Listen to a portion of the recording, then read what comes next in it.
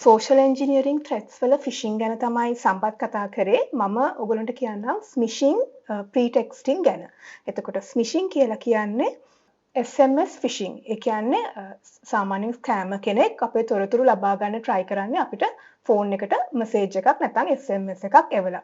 විෂිං වලදී වෙන්නේ voice over phishing. ඒ කියන්නේ අපිට කෝල් එකක් දීලා මොකක් හරි බොරුවක් කියලා අපේ තොරතුරු ඔවුන්ට ලබා දෙන විදියට අපිව කන්ට්‍රෝල් කරනවා කියන්න පුළුවන්. එහෙම කරන එක තමයි විෂිං වලදී වෙන්නේ.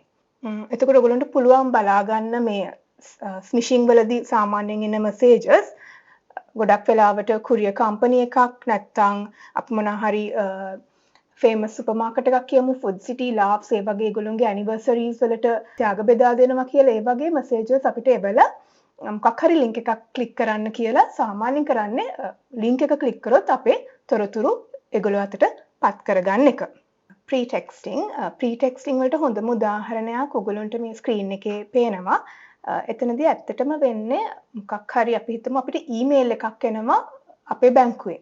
එතකොට අපි ගොඩක් වෙලාවට මෙන්න මේ ස්ක්‍රීන් එකේ තියෙන මැසේජ් එක වගේ අපිව සාමාන්‍යයෙන් අපි එකපාරට බැංක් එකෙන් ඊමේල් එකක් එවනවා ඔයාගේ account එකට කවුරු හරි log වෙන්න try කරලා තියෙනවා කීප සැරයක්ම මේකට මොකක් හරි action එකක් ගන්න නම් මෙන්න මේ link එක click කරන්න කියලා. එතකොට අපි වෙන දෙයක් තමයි අපි සාමාන්‍යයෙන් බය වෙනවා අපේ බැංක් account එකට මොන හරි අපේ deposit කරපු සල්ලි වලට මොනවා හරි වෙයි කියලා. ඒ නිසා අපි ඒ බයට ඉක්මනට prompt action එකක් ගන්න මොකක් හරි link එකක් click කරනවා. හැබැයි ඇත්තටම මේ වගේ වෙලාවලදී ඔයගොල්ලෝ චුටක් සැලකිලිමත් වෙන්න ඕන මේ වන ඊමේල් එක ඇත්තටම ඔයගොල්ලෝගේ බැංකුවෙන්ද එව්වේ කියලා.